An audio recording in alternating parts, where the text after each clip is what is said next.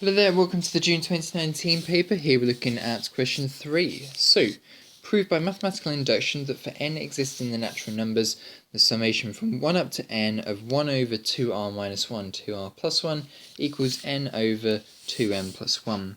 So let's get started then. What we need to do first is prove true for n equals 1. So let's put n equals 1 into the left hand side. That's going to be the series from 1 up to 1 of this expression here, 2r minus 1, 2r plus 1. So what that means in this case here is just putting the number 1 where r is, so that's going to be 1 over 1 times 3, which equals a third. Okay, so the left hand side is a third. Let's now check the right hand side. The right hand side is going to equal 1 over 2 lots of 1 plus 1, so that's going to be 1 over 3 as well. So therefore the left hand side is equal to the right hand side. Good, moving on to part 2 now. Part 2 we need to now assume true for n equals k. So what we now know to be true is that our theorem works for the value k, so therefore the series from 1 up to k of 1 over 2r minus 1, 2r plus 1 is equal to k over 2k plus 1. Okay, let's move on to part 3. Part 3 is to now show that this theorem works for n equals k plus 1. So now prove true for n equals k plus 1.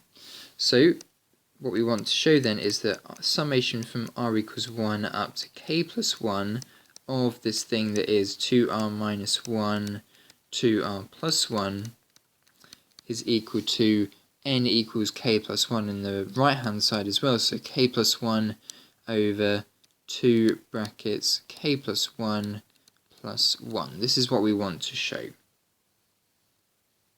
And we can use the step 2 to do that. So here get started. So the left hand side is equal to the summation from 1 up to k plus 1 of 1 over 2r minus 1, 2r plus 1. So what does that effectively mean? Well, let's substitute from 1 up to k plus 1 into this expression here. So if I substitute 1 in, then I'm going to get 1 over 1 times 3. If I substitute n equals 2 in, I'm going to get 1 over 3 times 5. If I substitute n equals 3 in, I'm going to get 1 over 3 times 7. Dot, dot, dot, dot, dot. So that will go all the way up to k plus 1. So let's do the one before that. If we put k in, then we're going to get 1 over 2k minus 1, and then 2k plus 1. And then if we put k plus 1 in, then we're going to get 2k plus 1, and then 2k plus 3. Because when you put k plus 1 in for r here and r here, the values, when you expand the brackets with the 2, will give you 2k plus 1 and 2k plus 3. Now what we can use is step 2, which tells us that the series up to the value k can be simplified using the formula above with k in there instead. So it's going to be k over 2k plus 1. So that's a big simplification that we can make, that all of this stuff here up to the value of k being substituted in can be simplified to this expression here from step 2, our assumption step.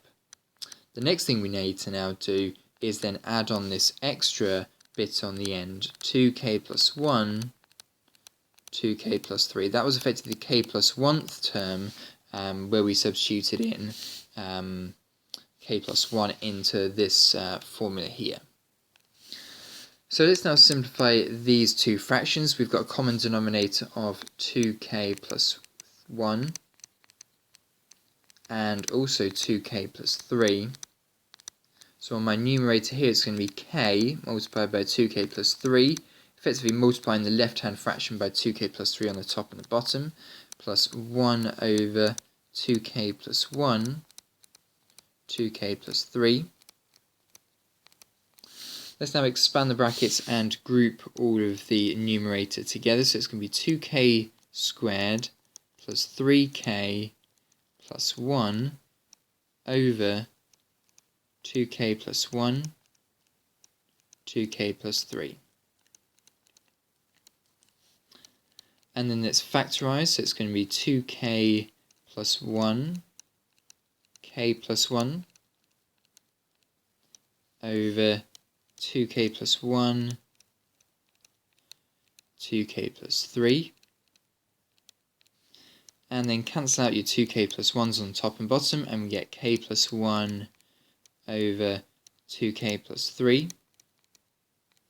And then we'll show that this is equal to what we want to show it's equal to 2 brackets k plus 1 plus 1. And there we are, that's the answer for this question here. So that's the answer to part 3, and then I haven't got room for it on the page, but part 4 is this couple of sentences here. As we have proven our theorem true for n equals 1, and assuming our theorem is true for n equals k, then we have proven our theorem true for n equals k plus 1. Therefore, restate this theorem is true for this set of values here. It's really important that you write that it's true for this set of values here, because it's not true for all values of n, it's just true for whole positive values n existing in the natural numbers. So there we are. Make sure you've written out that statement at the end there. That will get you the 1 mark for the conclusion step.